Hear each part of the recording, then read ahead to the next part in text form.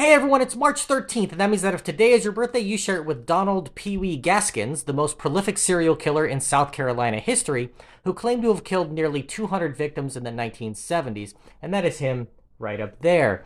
Born in 1933, Gaskins was often neglected as a child, leading to him drinking a bottle of kerosene at the age of 1 and suffering from convulsions for years because of it.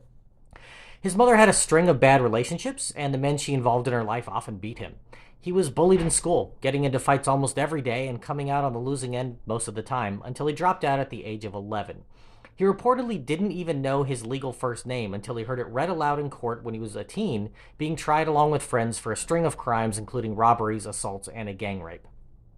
After Gaskins was convicted for these crimes, he was sent to reform school, where he was repeatedly sexually assaulted, in part due to his short stature, only 5'2" as an adult, which made him unable to fend off these attacks. Once he was released at the age of 18, he attacked a teenage girl with a hammer for insulting him and was sentenced to 6 years in prison. Suffering from more sexual assaults on the inside, Gaskins finally dealt with the problem by killing the most feared inmate in the prison. After an escape where he drove a stolen car across state lines, he got 3 extra years on his sentence, but he was determined to now be the perpetrator and not the victim. He met famed mafioso Frank Costello while behind bars, who nicknamed him the Little Hatchet Man and offered him work when he was out. When paroled, the worst of his crimes began. In 1969, Gaskins picked up a hitchhiker who laughed at him when he propositioned her for sex.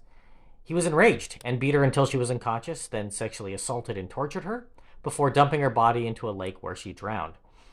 Gaskins had discovered how to satisfy his inner demons and went on to beat, mutilate, rape, and kill dozens of men and women, sometimes keeping his victims alive for days at a time while he cannibalized parts of their bodies and even forced them to join him in the act. He largely killed teen boys and girls in the Carolinas, but eventually began to take work as a killer for hire and killed those who discovered what he was up to or who he felt wronged him for any reason. Gaskins bought a hearse that he used to transport the bodies of his victims to his own private cemetery.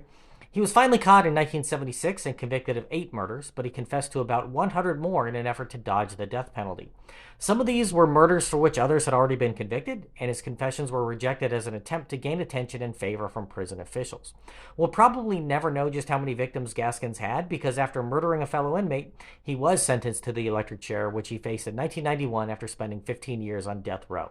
If this was your birthday, I hope you had a great day. If you know somebody whose birthday it is today, send them this video so you can find out all about their birthday twin.